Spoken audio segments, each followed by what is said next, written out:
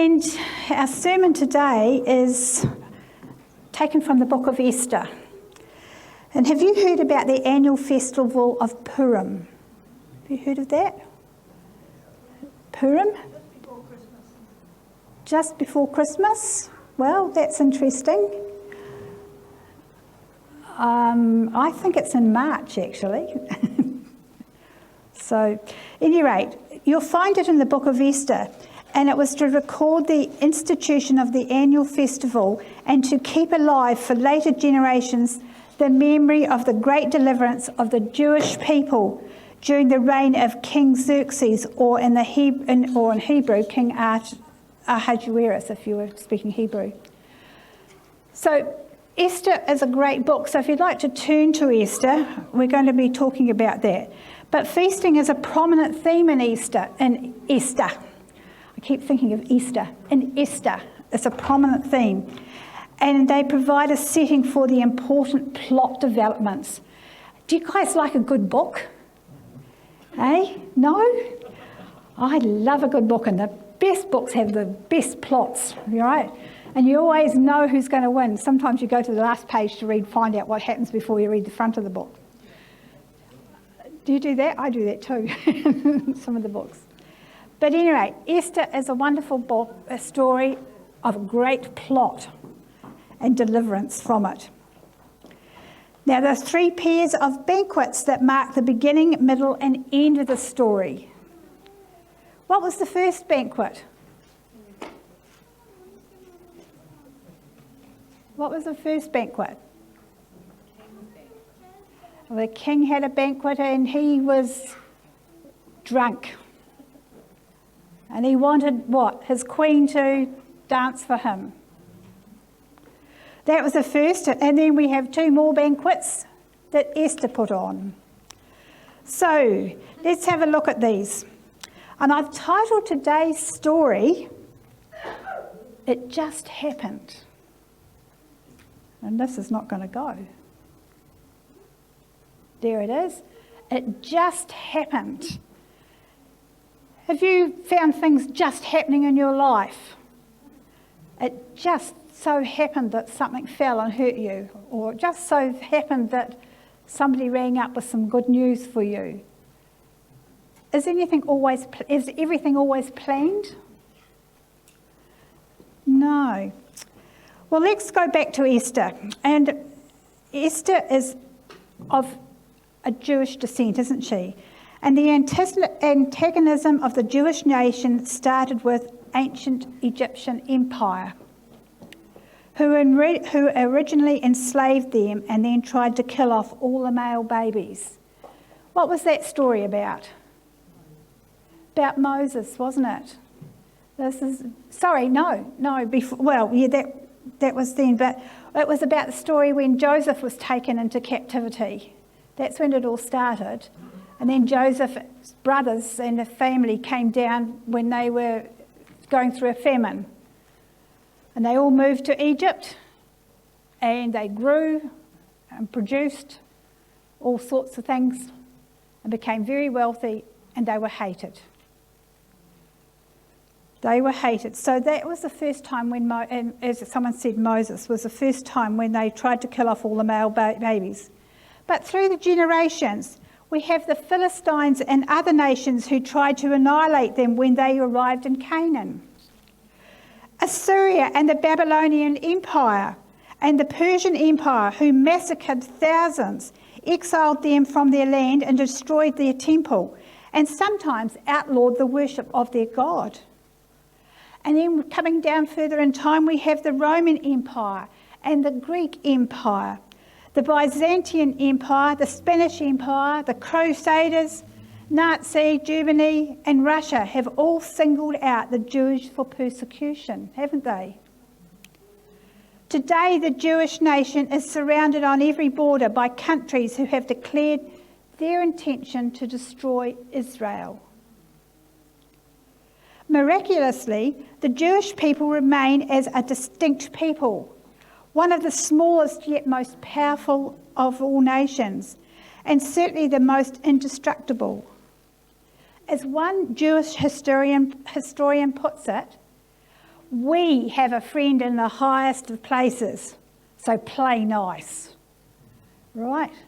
We've got a friend in the highest of places too, haven't we? We are very fortunate too. Today we're going to look at one of these attempts to wipe out God's people. The Book of Esther records an event that happened about 480 BC during the reign of Xerxes in the Persian Empire.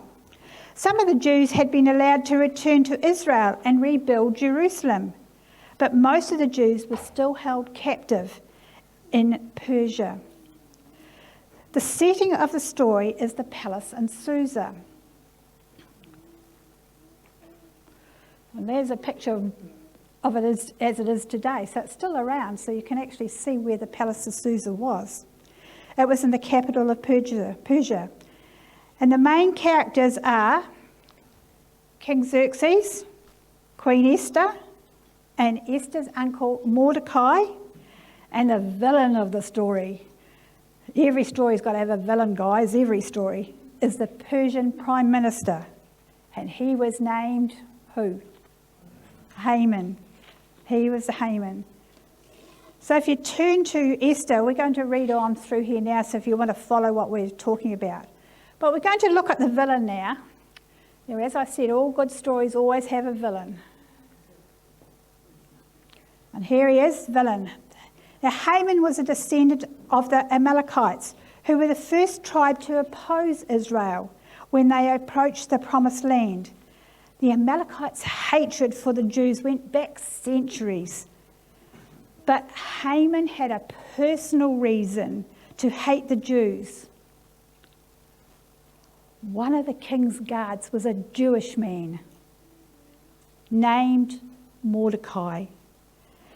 Everyone else bowed down to the Prime Minister. You're meant to bow down or just acknowledge them as you go past.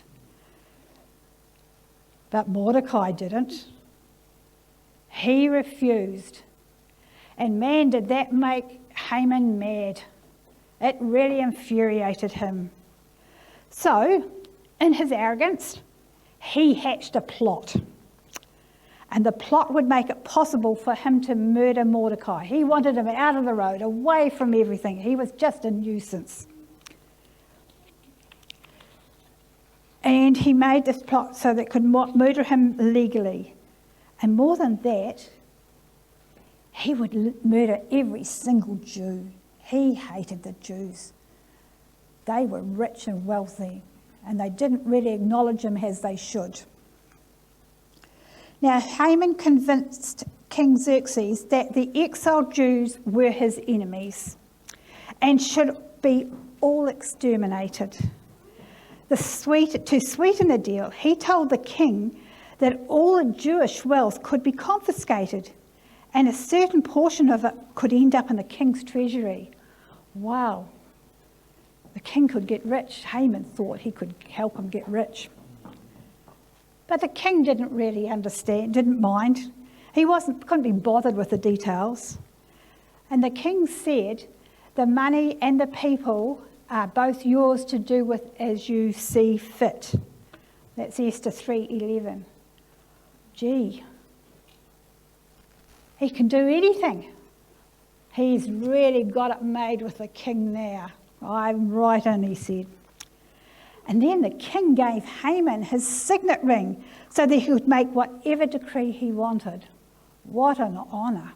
So anything Haman said, he could make the decree, seal it in wax. You know, they melt wax, put it on there, and he'd put the image of the king's ring into it. And it would be official. It couldn't be changed. So Haman issued a royal decree that went out on March the 7th.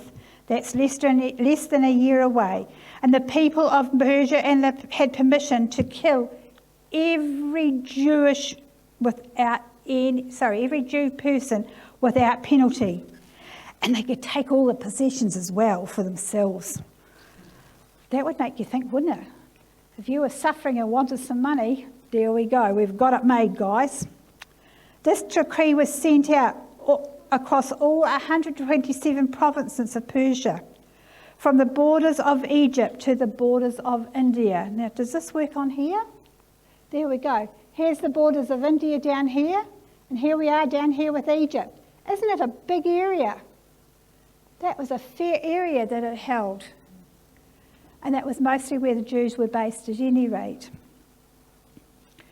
Let me tell you, this decree had the potential to completely wipe out all of God's people. It's hard, all of God's chosen people. It's hard to explain why these enduring people have been the target of similar hatred from almost every country on earth at one time or another, except to realise that it's always been the heart of Satan's plan, hasn't it? He did not like God's people. He wanted them gone. You see this in the pages of the Bible, and you see the same violent plots against Israel in the pages of today's newspapers and on the television. And to tell you what, it's not getting any better around that area at the moment, is it?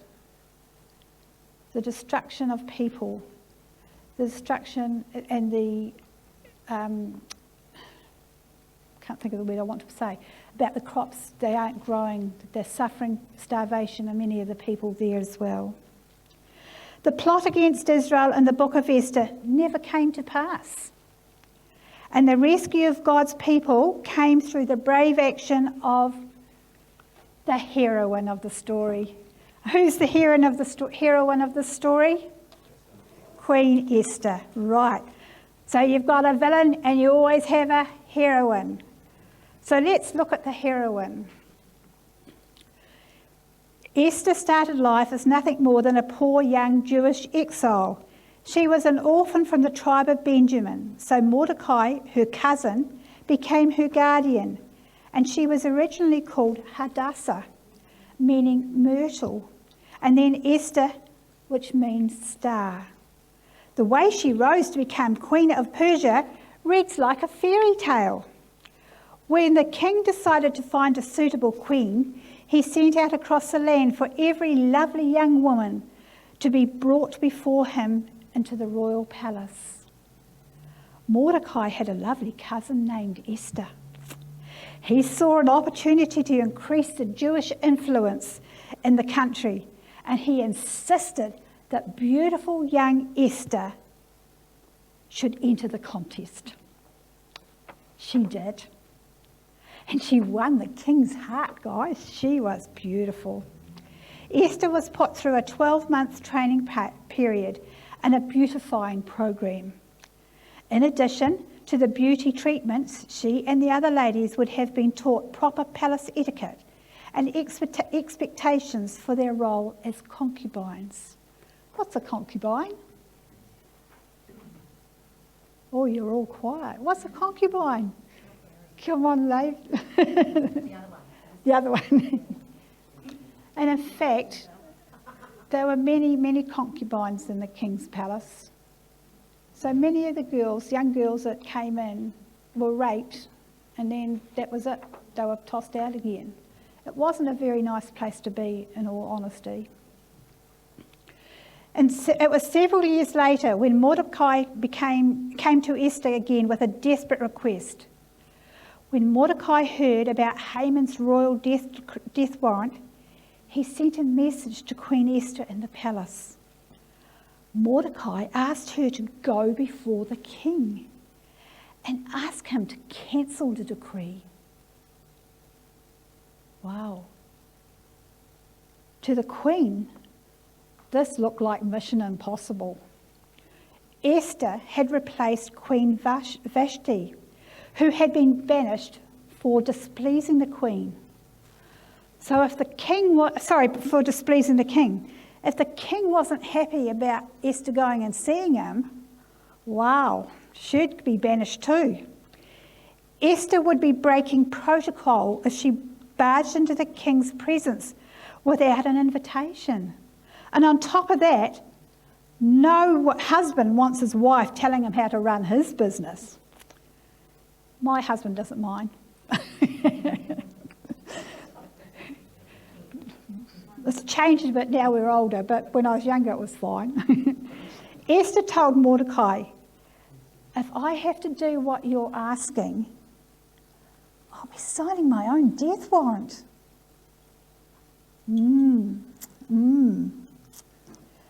Mordecai sent his reply to Esther. Don't think for a moment that because you are in the palace, you will escape when all other Jews are killed. If you keep quiet at a time like this, deliverance and relief for the Jews will arise from some other place, but you and your relatives will die. Who knows if perhaps you were made queen for such a time as this? Esther asked Mordecai to have all the Jews of Susa fast for 3 days, while she and all her maids would do the same. And then, though it is against the law, I will go to see the king. If I must die, I must die.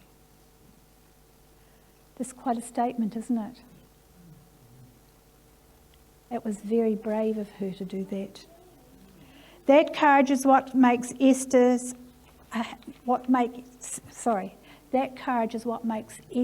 a heroine.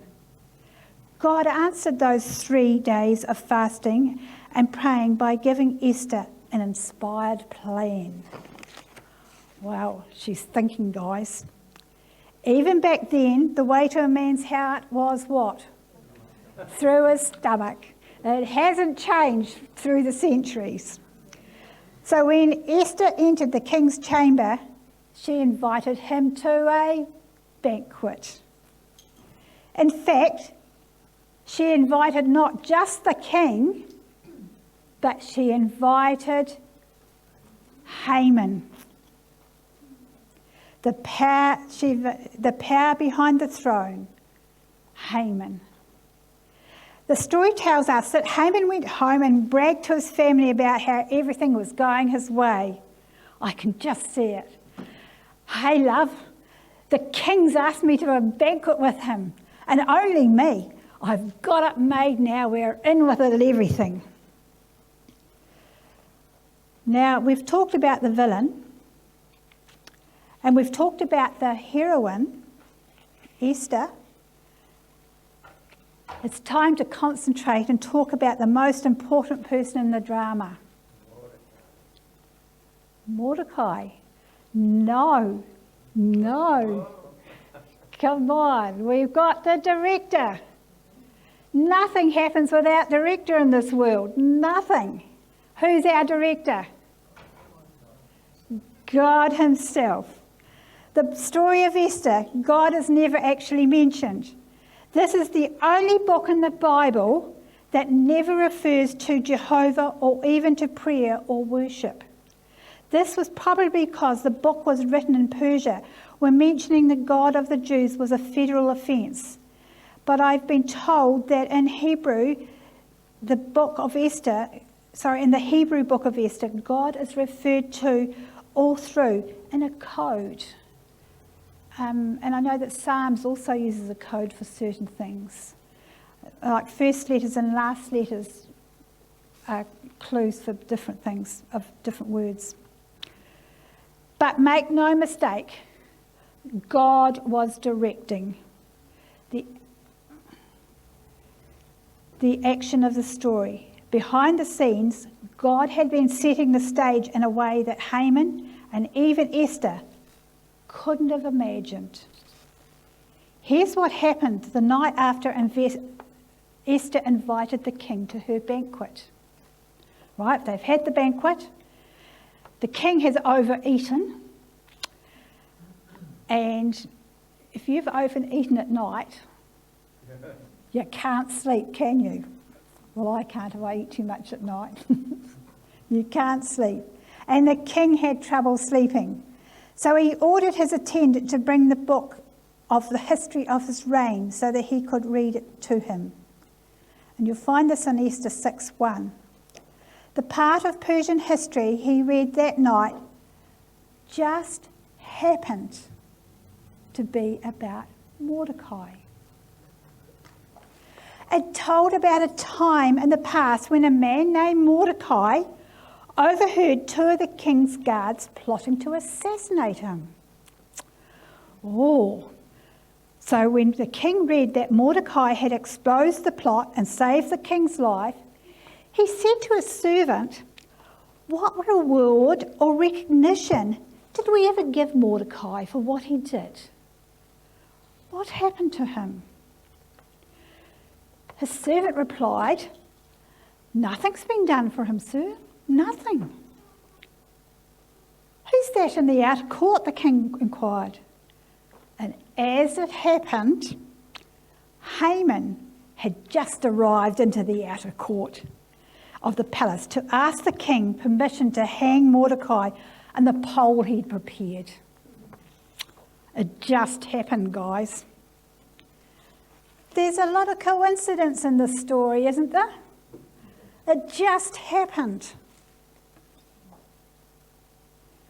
I've omitted to share with you this fact that the first queen, Vashti, was asked to come wearing her crown and show the drunken king and his his drunken eunuchs, just how beautiful she was.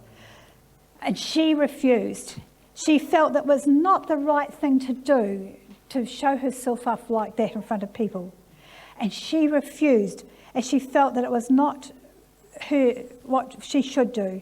So she stuck to the principles no matter what outcome, and she defied the king. And the outcome? He divorced her, sent her on her way, and then made a search throughout the kingdom for the most beautiful woman. It just so happened that she stood for her principles. It just happened that Vashti was banished, and Esther was able to enter the royal household. We've got some things coming up here. Here we go. It just happened that Vashti was banished. The king just happened to have insomnia that night. It just happened that he read about Mordecai. And then when he wanted to talk to someone about giving Mordecai a reward, guess who just happened to be nearby? Haman. Not only was Haman in the courtyard, he just happened to be constructing a scaffold or pole, as it says in the Bible. Guys, has this just happened? Or is someone directing it? Yeah. Let's stop here for a minute. At this point in the lower story, that means on earth here, none of the characters, Esther, Mordecai, Xerxes and Haman, none of them have any idea that God is setting the stage for the salvation of his people. To the characters, it seems like life is just a series of unrelated events just happening. That's how life feels while we're living it. We can't see the pattern to all that just happens of our lives.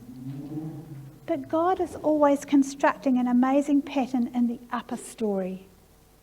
In the Book of Esther, God was putting everything in place, step by step.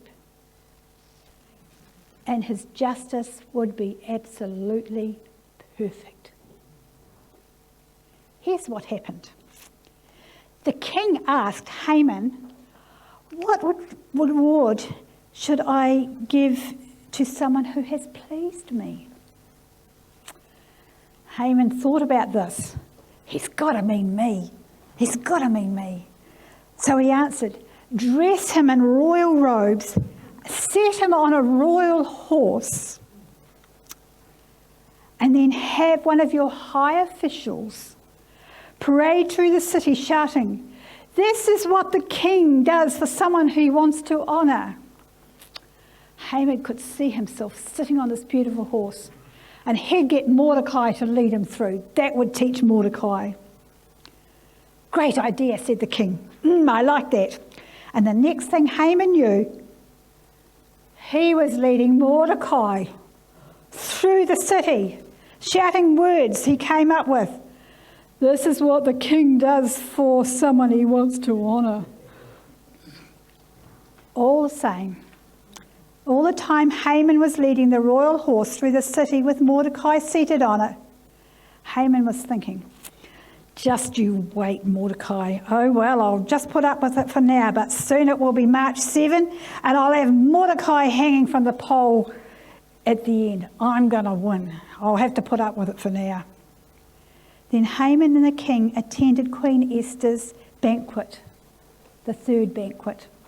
It was great, and better yet,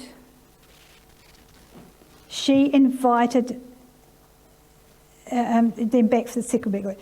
And it was at this banquet Esther found her golden opportunity to speak up. I can't tell this part of the story any better than the original. So if you look in Esther chapter 7, verses 2 through to 10, we'll read through it at the moment. On the second occasion, while they were drinking wine, the king said again to Esther, "Tell me what you want, Queen Esther. What is your request? I will give it to you, even if it's half my kingdom." And Queen Esther replied, "If I have found favour with the king, and if it please the king to grant my request, I ask that my life and the lives of my people will be spared. For my people and I have been sold to those who would kill and slaughter and annihilate us. If we had merely been sold as slaves, I could remain quiet, for that would be too trivial a matter to warrant disturbing the king." "Who would do such a thing?" King Xerxes asked. "Who would be so presumptuous as to touch you?" Isn't this perfect, guys? Look. And Esther replied, "This wicked Haman," and you can see her pointing at him, "this wicked Haman." What's the king holding? You can't see it there, but can you see that? He's sort of got a rod in his hand and he's sort of holding it on the table. He can't believe it. Let me think, I've lost my place. "This wicked Haman is our adversary and our enemy." And Haman grew pale with fright before the king and queen. Then the king jumped to his feet and in a rage went out to the garden palace. Haman, however, stayed behind to plead for his life with Queen Esther, for he knew the king intended to kill him. Now it gets even better, guys. In despair, he fell on the couch on top of the queen, where she was reclining, just as the king walked in. What did he see? Haman lying over Esther. Wow, I bet he hit the roof then. The king exclaimed, "Will you even assault the queen right here in the palace before my eyes?" Wow, nothing's going right for poor old Haman, is it? And as soon as the king spoke, his attendant covered Haman's face, signalling his doom. Then Harbona, one of the king's eunuchs, said, "Haman has set up a sharpened pole that stands 75 feet. Isn't that tall? In his own courtyard. He intended to use it to hang Mordecai, the man who saved the king from assassination." "Then hang Haman," the king said. So they hung Haman on the pole he had set up for Mordecai, and the king's anger subsided. Now, justice doesn't get any better than that, does it? But that's not the end of the story. Oh no. The king's decree could not be taken back. Instead, the king issued a second decree that basically said the Jews could fight back anyone who tried to harm them. And that's what they did. And guess what? God's people, they won decisively. Once again, God stepped in and saved his people. Ever since that time, the Jews have celebrated the Feast of Purim in March of every year to remember how God saved his people from destruction through the bravery of Queen Esther. We're now going to come to the conclusion. Maybe you feel your own life is no more than a series of meaningless events that just happened. We may not see the pattern of our own lives, just as in the story of Esther. God is always directing behind the scenes. We see the lower story, but God is at work in the upper story. When my son was ready to start school, I needed to work, but I wanted a job that meant that I could have holidays, school holidays with him, so I didn't have to take time off work. So I went to the local primary school to see if I could just do teacher aiding, just help with the reading and maths and that with the young kids. And the man said to me, the principal said to me, he said, "You're in the wrong place, you should be in the high school." I thought, help? A high school? So, brave me, went up to the high school and said, could I have a job as a teacher aide, just helping with kids and helping the teachers? And he said, "What did you do?" And I said, "Well, I teach the girls coming into the offices, reteach them so that they can cope in the office and teach them typing and things like that." "Great," he said, "we need a typing teacher. Can you start next week?" I had not taught before, not been in a school, had no training. And here I was, a week later, teaching 2 third forms and 1 fourth form typing. I thought I'd made the biggest mistake ever. But God was behind it. The next year I had 4th forms and 5th forms. And the next year I was full-time for the next 2 years. Guys, that didn't happen because I was a good teacher. That happened because God was there with me. It doesn't happen often. It just happened. And through my life, when you look back and see what has happened to me and Alan, we can see God's leading the whole way. Because I was called to Cass, Alan joined the sanitarium. Then he was transferred to Auckland because they thought he was better up there in the head office. And he worked between Australia and New Zealand. That just doesn't happen, folks. God was there. He was with us all the way. In Proverbs 19:21, "Many are the plans in the mind of man, but it is the purpose of the Lord that will stand." Haman had his plans, but God's purposes were the ones accomplished. Someday we will see our lives from his vantage point and we'll understand the promises in Ephesians 2:10. "For we are God's handiwork, created in Christ Jesus to do good works with God, prepared in advance for us to do." In this respect, all of us are like the story's heroine Esther. God made sure that Esther was in the perfect place for the good work he had prepared in advance for her to do. It just didn't happen. It was planned, and God was directing it.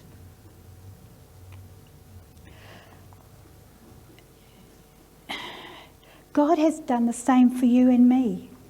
Every one of us has a part in God's plan. We have influence on people that no one else can influence. We have opportunities that no one else will have. We have a purpose in God's upper story. Will we be like Esther and step out in faith to what God has called us to do? Will you be like Esther? Will you step forward in faith? Let us pray now. Close our eyes and have a prayer. Dear Lord, be with us as we step forward with faith in you. Hold us in your arms and guide us in the way we should go. Look after all our ministers as they help guide us in the church and in the conference. And Lord, I pray that we can all be together in heaven again and greet one another and share what God has done for us. And I pray that you will never lose your faith in God. Amen. I have here a